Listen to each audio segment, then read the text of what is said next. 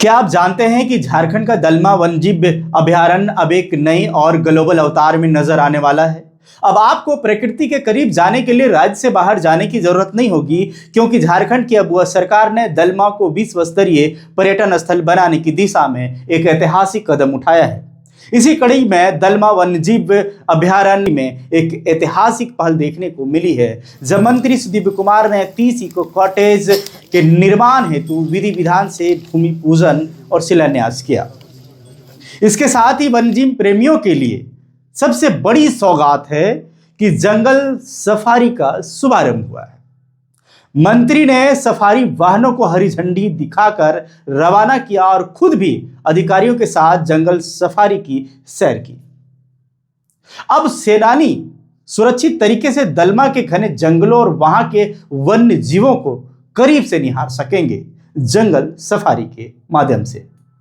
प्रकृति के बीच आधुनिक सुविधा अब दलमा में ठहरना बिल्कुल आसान हो गया है। मंत्री सुदीप कुमार ने बताया कि 30 इको कॉटेज के निर्माण से यहां आने वाले पर्यटकों को अभयारण्य के समीप ठहरने की उत्कृष्ट सुविधा मिलेगी।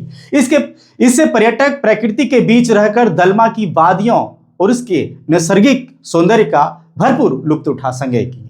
सरकार का लक्ष्य पर्यटकों के प्रवास को अधिक सुलभ और आरामदायक बनाना है। और जंगल सफारी के शुभारंभ के बाद मंत्री सुदीप कुमार विभागीय अधिकारियों ने स्वयं भी सफारी के जरिए अभयारण्य का भ्रमण किया। नई सफारी सेवा से अब पर्यटक दलमा के वन क्षेत्र को सुरक्षित तरीके से नजदीक से देख सकेंगे। इससे वन्यजीव पर्यटन को बढ़ावा मिलने के साथ साथ दलमा की पहचान एक प्रमुख इको टूरिज्म डेस्टिनेशन के रूप में स्थापित होगी।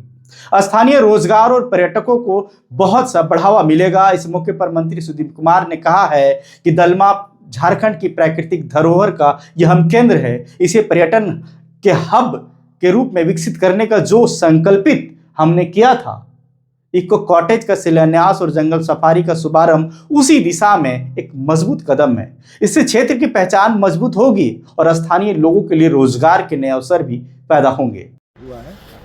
सबसे पहले तो मकलू कोचा और पिंडरा बेड़ा में 15-15 इको कॉटेजेस और 5 सफारी वाहन। और मुझको लगता है कि कल आने वाले दिन में टूरिस्ट के लिए यहाँ पर 59 रूम का अकोमोडेशन क्रिएट हो जाएगा। और वन विभाग के द्वारा संचालित सफारी, जिसमें हमारा प्रयास है कि गाइड भी रहें, तो जो वन्य प्राणी को देखने के लिए आएंगे उनको जंगल के बारे में सटीक जानकारी, और कुल मिला कर पर्यटकों के लिए एक नवीन अनुभव का केंद्र बनेगा।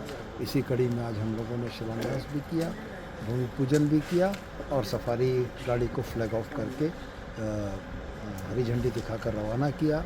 मेरे साथ माननीय विधायक सविता महतो जी, घाटशिला के माननीय विधायक सोमेश सोरेन और तमाम लोग भी उपस्थित थे।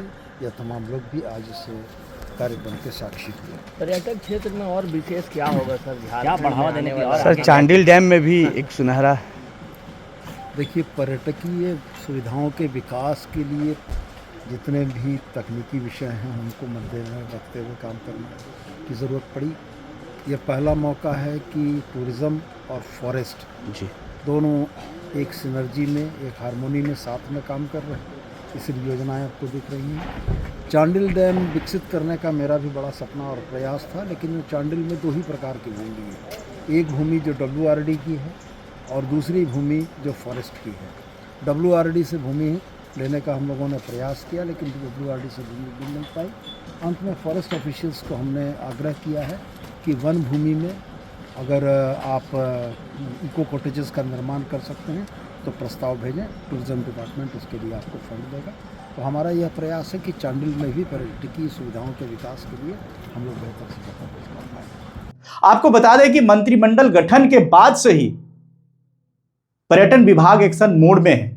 10 दिसंबर 2025 को पारित झारखंड पर्यटन विकास एवं पंजीकरण संशोधन विधेयक इसी विजन का एक हिस्सा है। राज्य में 528 से अधिक ऐसे स्थल चिन्हित किए गए हैं जिन्हें विश्व स्तरीय सुविधाओं से लैस किया जा रहा है। तो कह सकते हैं कि झारखंड अब पर्यटन के क्षेत्र में विश्व के लोगों का स्वागत करने के लिए तैयार हो गया है। आप भी तैयार हो जाइए, झारखंड में आपका भी स्वागत है। जोहार।